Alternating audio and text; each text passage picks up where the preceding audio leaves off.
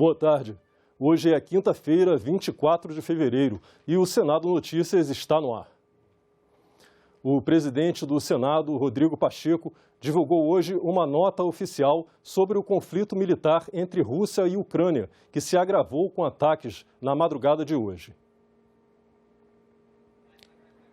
A exemplo de toda a comunidade internacional, acompanhamos com crescente preocupação o agravamento do conflito entre Rússia e Ucrânia. Consoante a política externa brasileira, que historicamente tem se orientado pela busca da paz e pela solução negociada dos conflitos internacionais, como presidente do Congresso Nacional e em nome dos meus pares, reafirmamos a necessidade de um diálogo amplo, pacífico e democrático, com vistas a uma rápida solução negociada que contemple os legítimos interesses das partes envolvidas.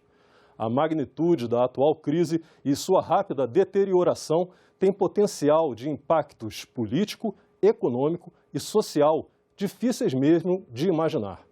Todavia, nossa crença na democracia, na convivência harmoniosa, no respeito aos direitos humanos e no multilateralismo consagrado pelos princípios das Nações Unidas nos leva a renovar nossa melhor expectativa no que se refere ao encaminhamento de uma solução pacífica, mutuamente acordada para o atual conflito e condicente, portanto, com o desafio coletivo de levarmos continuamente adiante o processo de crescimento da civilização. Senador Rodrigo Pacheco, presidente do Senado Federal. Senadores enviaram vídeos à nossa reportagem comentando a invasão russa. Isso é uma agressão por parte da Rússia a um país independente, autônomo, e é uma agressão injustificada e inaceitável. Então é preciso que a comunidade internacional, através dos órgãos como a OTAN, a ONU, reajam a esse abuso de poder da Rússia. E isso tem que ser feito por toda a comunidade internacional, pelo mundo civilizado, pelo mundo democrático. Porque se nós não coibirmos esse tipo de posição, de agressão, qualquer país que se sentir mais poderoso, mais forte do que outro, pode invadir e aí tomar o outro país, anexar o outro país. Isso não pode ser assim. Nós vivemos num mundo civilizado, evoluído, e há regras internacionais que precisam ser seguidas. Não acho coerente com o DNA do nosso país, o Brasil, e até do povo brasileiro, estimular qualquer divergência que possa vir a gerar uma guerra. A guerra é um confronto onde jovens que não se conhecem acabam se matando devido ao desentendimento daqueles líderes que se conhecem, mas não se matam. Então, não é o caminho apropriado para se chegar a um desfecho. E, normalmente, quando se entra numa guerra, dificilmente se avista a porta de saída dela, porque pode até ser entendido como uma covardia ou um recuo. E nós temos que fazer todos os esforços para que isso não prospere mais. Porque nos tempos em que estamos vivendo, com tecnologias de armamento bélico cada vez mais fortes e intensas, uma guerra como essa pode desencadear uma consequência muito grave para toda a humanidade. Especialistas alertam que o número de refugiados vai aumentar devido à crise Rússia-Ucrânia. Quantos morrerão se essa guerra persistir? Crianças, jovens, pais, mães, tios, avós, soldados. O diálogo e a diplomacia ainda são os melhores caminhos para resolver os problemas, as tensões e evitar as guerras. O pensamento do inesquecível Mahatma Gandhi continua atualíssimo, vive sobre nós, entre nós. Disse ele, somente a paz tem o poder de agregar tantos e tão diferentes de converter inimigos em amigos. Mesmo que o caminho seja difícil, temos que persistir nos princípios da não violência. Nada, absolutamente nada é mais importante do que a vida e a paz mundial. Os senadores também comentaram pela internet o ataque militar da Rússia à Ucrânia. O senador Álvaro Dias publicou uma foto de uma das explosões na Ucrânia e afirmou: após semanas de tensão, Rússia atacou a Ucrânia nas primeiras horas da madrugada desta quinta. Uma operação militar nas regiões separatistas do leste ucraniano, explosões e sirenes foram ouvidas em várias cidades do país. Pelo menos 50 pessoas morreram no ataque. O senador Eduardo Braga disse: um conflito sangrento nunca será uma alternativa aceitável. O mundo precisa de paz, diplomacia, diálogo e democracia. A senadora Nilda Gondim declarou: diplomacia deve sempre ser a maior esperança em um momento como esse, porque a violência nunca traz benefícios para qualquer um dos lados. Espero que a Ucrânia, ladeada pela OTAN, e a Rússia consigam solucionar sem mais nenhum derramamento de sangue. O senador Carlos Viana escreveu: soberania, o ataque não provocado da Rússia aos ucranianos mostra o quanto é necessário uma nação que tenha controle do próprio território, capacidade de defesa e diplomacia ativa. O plenário fez hoje uma sessão especial para comemorar os 90 anos do voto feminino no Brasil. A data é o aniversário de uma grande conquista. Devemos igualmente, contudo, aproveitar a oportunidade para nos unirmos mais ainda, acima das diferenças ideológicas, em favor da equidade de gênero na política. Eu ganhei graças à cota. Eu sou uma defensora da cota. Nós precisamos da cota. Nós precisamos chegar um dia que dizer: nós não precisamos mais, mas no momento nós precisamos da cota. Foi em 24 de fevereiro de 1932 que um decreto do então presidente Getúlio Vargas criou o Código Eleitoral, que deu às mulheres brasileiras o direito de votar e serem votadas. Alguns anos antes, em 1927, a professora Celina Viana, do Rio Grande do Norte, já tinha se tornado a primeira eleitora do Brasil e da América Latina, graças a uma lei estadual. A conquista do voto feminino foi uma luta longa. Temos Berta Lutz, temos Leolinda Dalton, Josefina Álvares de Azevedo, Emily Davidson, Kate Shepard, Emily Pankuchen, entre tantas outras, cada uma em seu país, cada uma ao seu modo, ajudaram, tijolo por tijolo, a erguer o firme monumento que é o voto feminino atual em quase todo o planeta. Nascia ali, com o Código de 32, a figura da eleitora. Antes de 32, não existia o papel eleitora. Nascia ali, institucionalmente, a figura da candidata, que também não existia anteriormente. E nascia ali, enfim, a figura da cidadã. Porque antes disso, o que se entendia é que quando a Constituição republicana, a nossa primeira, de 1891, falava em cidadãos, nessa expressão não se incluíam, não se encaixavam, não eram compreendidas as nossas mulheres. Quando se lia cidadãos, não se liam mulheres. Na sessão especial para comemorar os 90 anos do voto feminino, parlamentares e convidadas ressaltaram a importância da conquista, mas alertaram que os desafios ainda são grandes. Uma série de propostas em tramitação no Senado busca minimizar tanta discrepância. É o caso do projeto de lei número 4.391 de 2020, da senadora Simone Tebet, que prevê a reserva de pelo menos 30% dos cargos de órgãos partidários para cada gênero. A colega argumenta, com razão, que apenas direções partidárias com forte presença feminina podem ter sensibilidade e empenho necessário para atrair candidaturas competitivas de mulheres e trabalhar pelo seu sucesso eleitoral. Se nós não tivermos mulheres de onde tudo começa, como disse Elisiane, que é lá no diretório, que a quatro paredes está sendo formulado e projetado como é que vai ser a eleição, com fundo partidário, com fundo eleitoral, com tempo de televisão, com tempo de rádio, se não tivermos mulheres nos representando lá, eles vão buscar normalmente mulheres sem voto, mulheres laranja, mulheres que muitas vezes não querem participar da vida pública. Ainda que a gente tenha uma lei que vigore por 30% de vagas, né, durante as campanhas, né, para candidaturas femininas, e 30% dos recursos de fundos eleitorais, se a gente for pegar na Câmara, a Câmara hoje, por mais que tenha tenha dobrado, né, o número de parlamentares eleitas, tem 15% do total só. A luta continua, a luta de reafirmar o direito de voto das mulheres brasileiras, conquistando o direito de ser votadas, de conquistar efetivamente espaços de poder.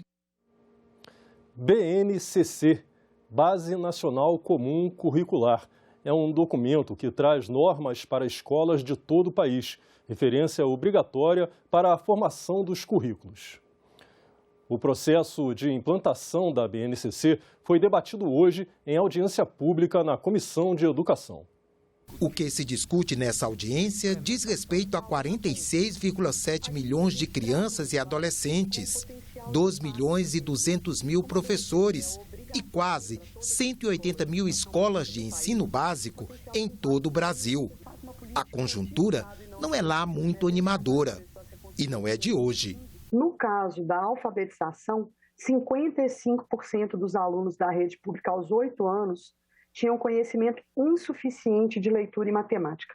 E esses dados, gente, são anteriores à pandemia. Como a Maria Helena e o Marcelo colocaram de forma muito clara aqui, esse cenário que já era muito desafiador se tornou ainda mais desafiador com a pandemia. E para vocês terem uma ideia, só ao final de 2020, mais de 156 mil jovens haviam abandonado o ensino médio. Apesar do histórico e do impacto da pandemia, até mesmo para uma representante da sociedade civil, a coisa está andando. A implementação está saindo do papel em todo o país, apesar dos percalços que a gente tem vivido nos últimos anos, né? Com pandemia, enfim, os desafios não são poucos. A base vai estar implementada de verdade no dia que nós não conversarmos mais sobre ela.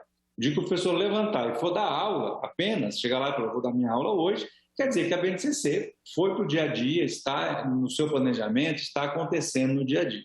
Enquanto a gente está discutindo sobre ela, quer dizer que ainda tem detalhes, né? Aquilo que nós temos que acompanhar. Eu acredito que daqui para frente, senador, o mais importante é nós traçarmos um bom processo de monitoramento da implementação da base, tendo em vista todos os prejuízos causados pela pandemia e que certamente vão dificultar o trabalho de implementação de um lado, ao tempo em que a base serve como uma grande bússola que identifica os objetivos de aprendizagem, as competências e habilidades mais essenciais para, de fato, assegurar um processo de recuperação aos nossos alunos. Houve críticas na audiência ao documento, ao processo de implantação e à expectativa. Importa salientar seu caráter controlador, para além de qualquer mínimo, reduzindo possibilidades locais de construção de currículos nas e com as escolas.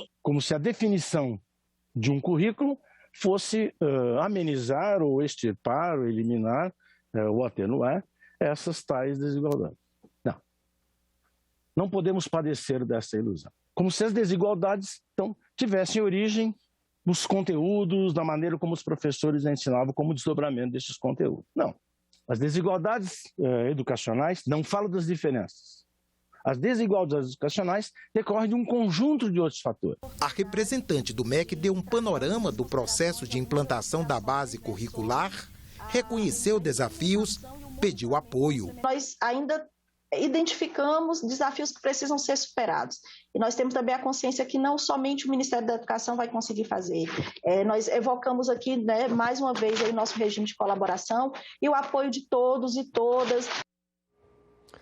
Por iniciativa da Liga do Bem, um grupo voluntário que funciona aqui no Senado, partiram nesta quinta-feira para Petrópolis 2 caminhões com mais de 30 toneladas de doações para as vítimas das chuvas.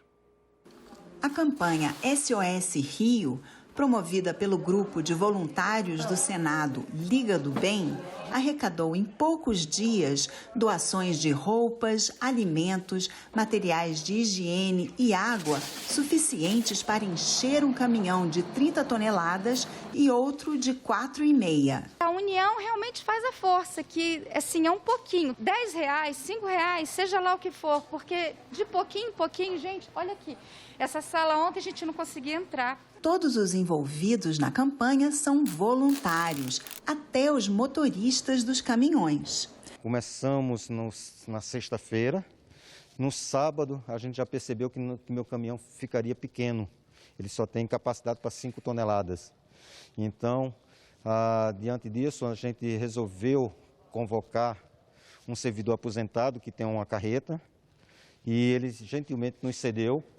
Hoje nós estamos com 30 toneladas na carreta e no meu pequeno caminhão nós temos mais 5 toneladas de alimento. As doações devem chegar a Petrópolis na sexta-feira, onde serão distribuídas para as pessoas desabrigadas pelas chuvas pelo Centro de Direitos Humanos. A Liga já fez uma série de iniciativas. Essa de Petrópolis é mais uma iniciativa e toda vez que a Liga se propõe a fazer algo, ele consegue ultrapassar as barreiras. E agora estamos ultrapassando as barreiras, inclusive do Distrito Federal.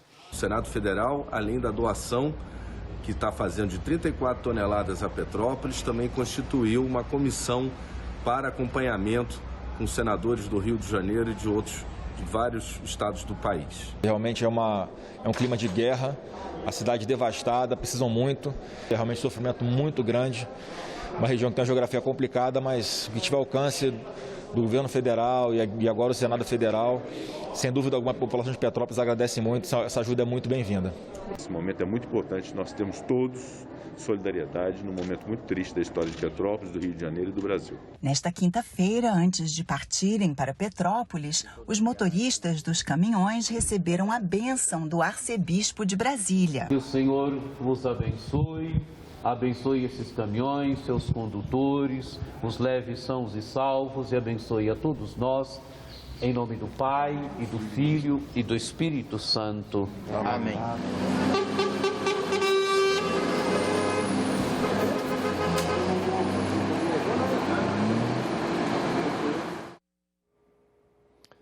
O projeto que altera a incidência do ICMS sobre combustíveis foi discutido ontem pelo Senado. A votação, no entanto, ficou para depois do Carnaval. O debate foi longo. Muitos senadores ainda tinham dúvidas sobre a última versão do projeto que muda a forma de cobrança do ICMS sobre os combustíveis. Vão fixar uma média, o Confas vai fixar pelo preço de hoje que o petróleo está lá em cima, vai jogar lá na Petrobras, lá na origem, né, um imposto monofásico altíssimo. Há muita possibilidade, assim como subiu de 60 para 90 nos últimos 12 meses, pode cair de 90 para 60 e nós ficaremos pagando esse imposto altíssimo nos próximos 12 meses. Então, eu acho que é um defeito grave que tem. Não adianta essa pressa do Congresso, do Senado, dizer, olha a opinião pública, nós resolvemos, quando, na verdade, sabemos que não estamos resolvendo coisa nenhuma. Aprovar o projeto como está não vai resolver o problema do brasileiro e da angústia que nós temos com o preço do petróleo, que todos nós queremos que abaixe. Outros eram a favor da votação imediata, para dar uma resposta à população. Nós vamos ser cobrados. Nós vamos ser cobrados por esse adiamento. Mas se ele for em prol de um melhor projeto e de realmente da expressão de todos os senadores e senadoras, não sou eu que vou obstacularizar. Eu acho que o projeto está redondo, acho que o projeto pode ser votado. O presidente Rodrigo Pacheco decidiu dar mais tempo para a análise dos senadores. Que tenhamos, então, a clareza de que o projeto foi suficientemente discutido nesta tarde de hoje, o parecer já está concebido e apresentado pelo relator.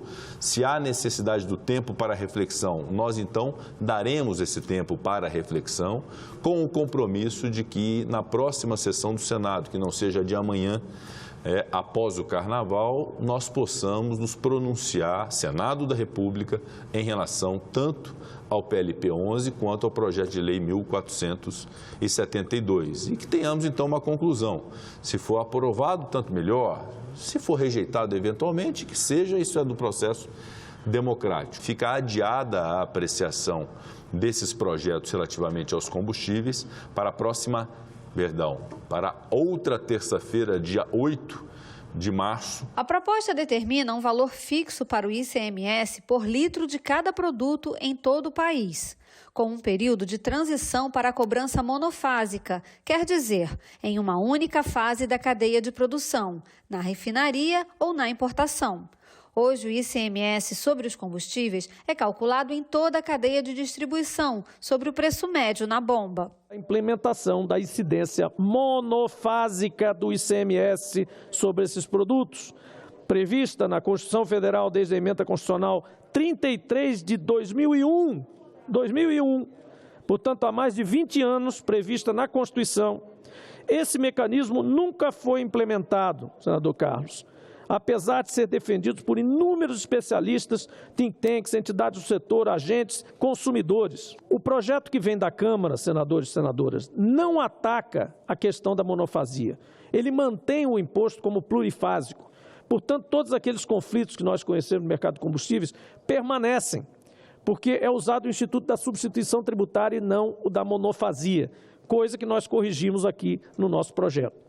Estão incluídos no novo modelo de tributação diesel, biodiesel, gasolina, etanol anidro, que é misturado na gasolina, o gás GLP, o gás natural e o querosene de aviação. Estados e Distrito Federal terão até o fim de 2022 para colocar em prática as mudanças. Enquanto isso, o preço base para o ICMS será a média dos 60 meses anteriores. A proposta também amplia o auxílio gás em 2022. A medida permitiria atender 11 milhões de famílias, o dobro do público beneficiado pelo programa atualmente. Também estava na pauta um outro projeto que pretende controlar o aumento dos preços dos combustíveis por meio da criação de um fundo de estabilização desses preços.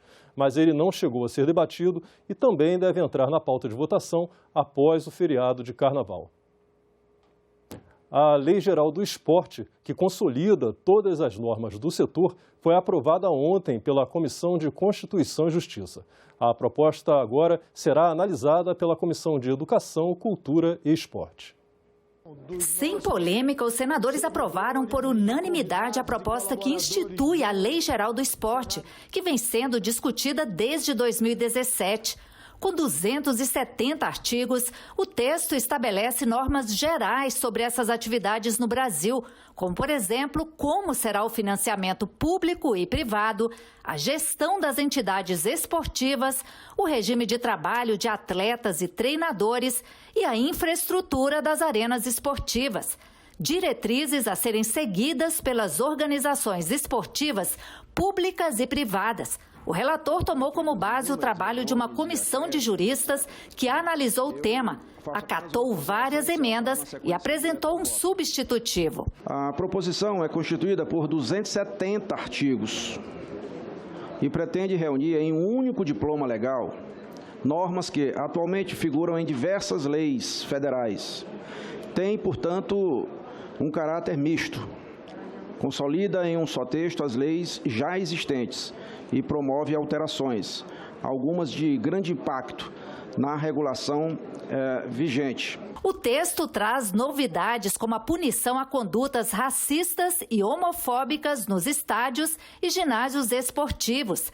Cria uma espécie de lei da ficha limpa para as entidades esportivas, impedindo pessoas afastadas por gestão temerária ou fraudulenta de dirigir clubes e federações, e também prevê a instituição e regulamentação do Sistema Nacional do Esporte, o Sinesp. Este projeto chegou a este momento de harmonia graças a uma união de expertises.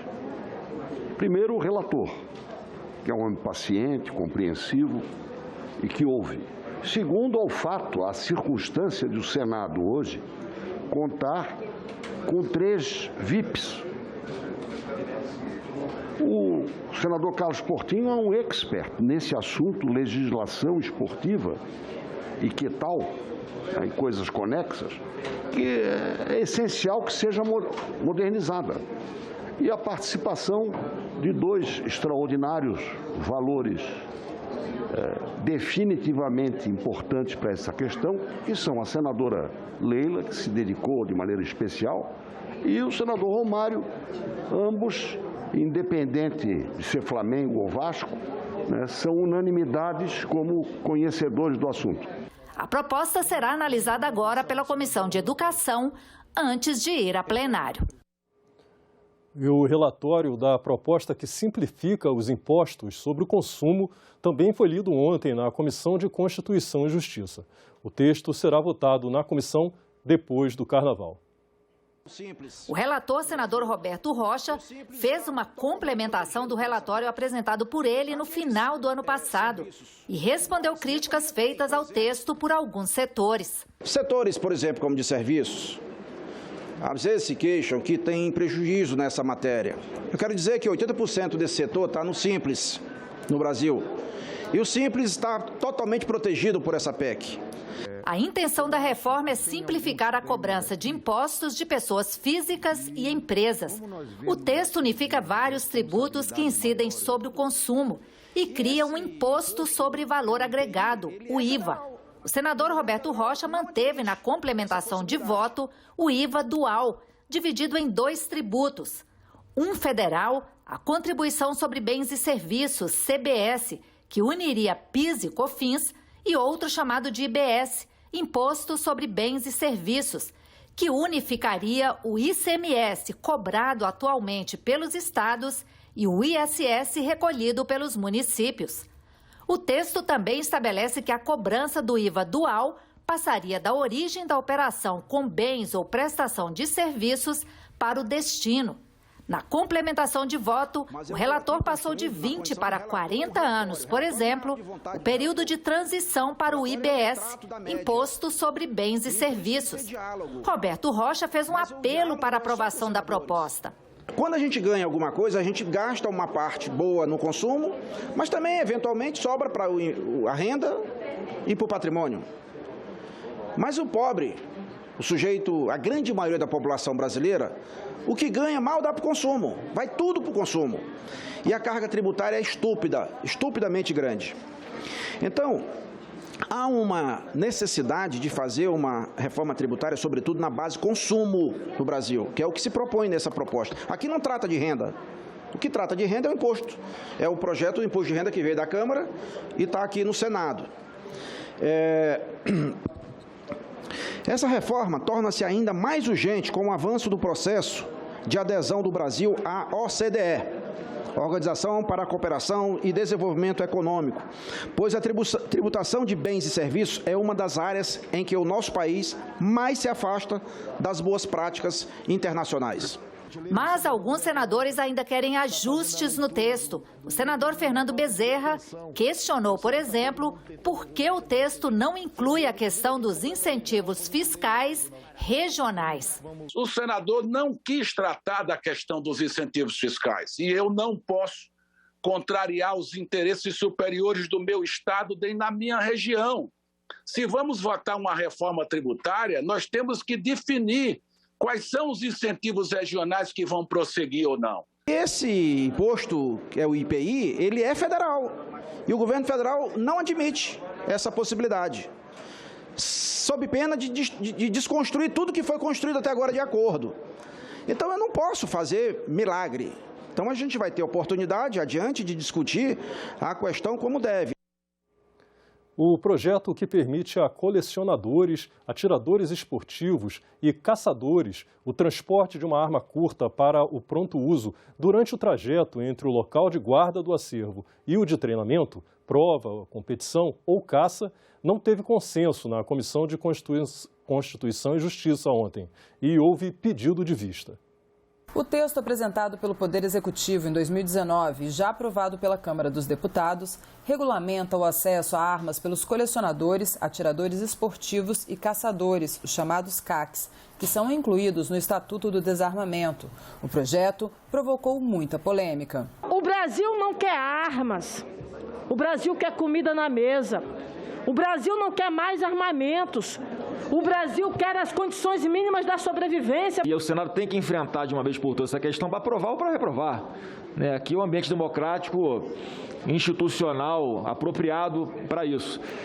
E, obviamente, que vai haver uma tentativa de protelar-se a discussão da tributária para atrapalhar a votação do projeto das armas por parte de quem não concorda com o projeto das armas. Os senadores questionaram o texto apresentado pelo relator, senador Marcos Duval. Quero de forma muito objetiva dizer para o senador Marcos Duval, se nós pudermos melhorar esse projeto, terá o meu voto, do contrário eu vou votar contra. Então eu gostaria que no seu relatório, senador Marcos Duval, e no debate que nós vamos traçar a partir de agora, pudéssemos olhar 2 pontos específicos muito complicados. Não deixar passar a boiada em um projeto que pode, sim, ser importante para os CACs e permitir que o tráfico de drogas utilize-se da compra ilegal dessas armas, que agora não serão mais rastreadas, para poder transitar livremente e matar. O relator, senador Marcos Duval, explicou que já foram feitas alterações no relatório que atendem à demanda e tentou responder às principais críticas feitas ao projeto das armas, como a de que aumentaria a violência.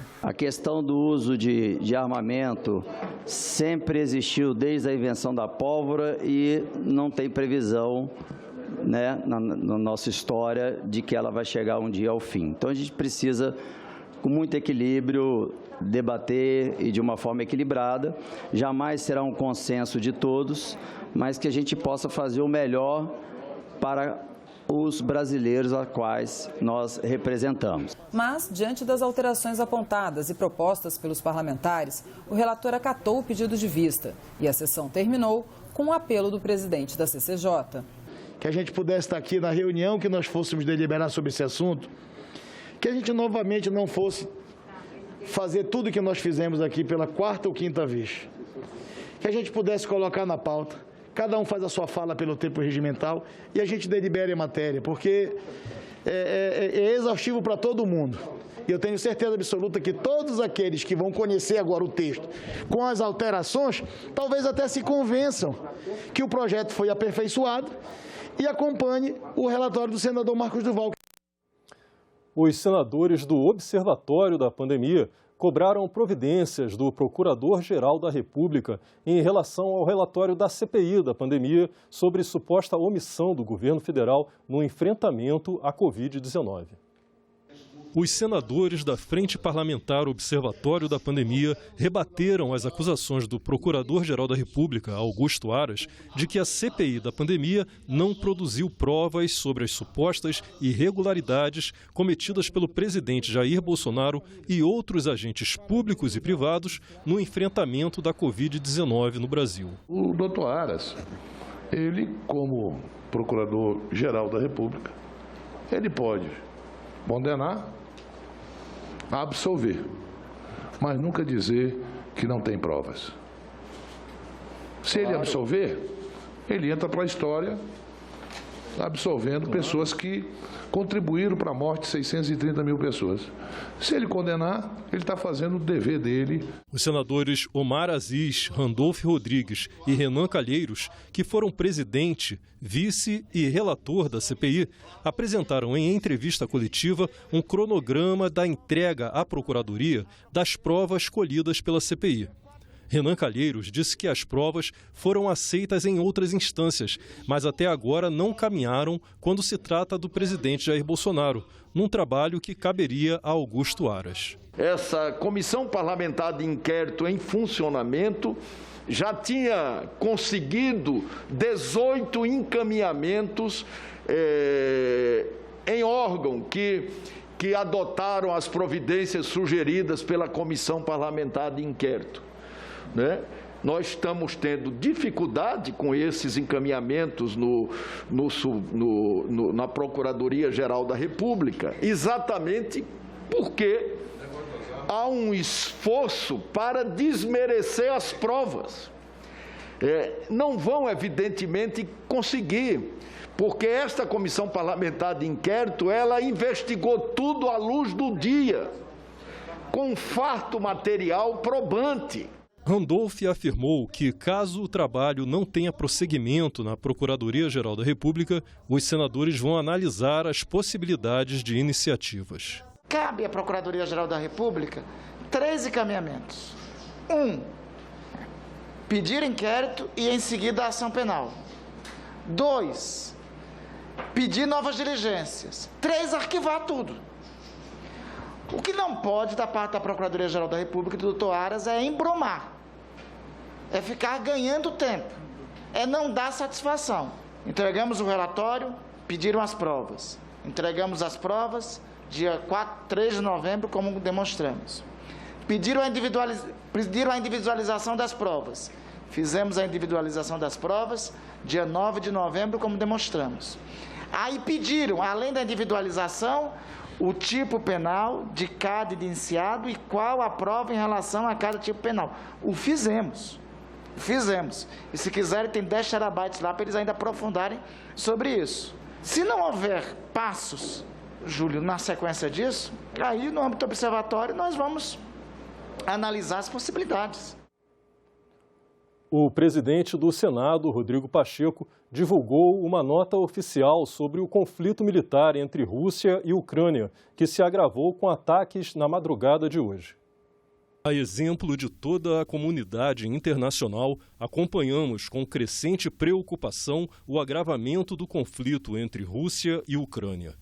Consoante a política externa brasileira, que historicamente tem se orientado pela busca da paz e pela solução negociada dos conflitos internacionais, como presidente do Congresso Nacional e em nome dos meus pares, reafirmamos a necessidade de um diálogo amplo, pacífico e democrático com vistas a uma rápida solução negociada que contemple os legítimos interesses das partes envolvidas. A magnitude da atual crise e a sua rápida deterioração têm potencial de impactos político, econômico e social difíceis mesmo de imaginar. Todavia, nossa crença na democracia, na convivência harmoniosa, no respeito aos direitos humanos e no multilateralismo consagrado pelos princípios das Nações Unidas nos leva a renovar nossa melhor expectativa no que se refere ao encaminhamento de uma solução pacífica, mutuamente acordada para o atual conflito e condicente, portanto, com o desafio coletivo de levarmos continuamente adiante o processo de crescimento da civilização.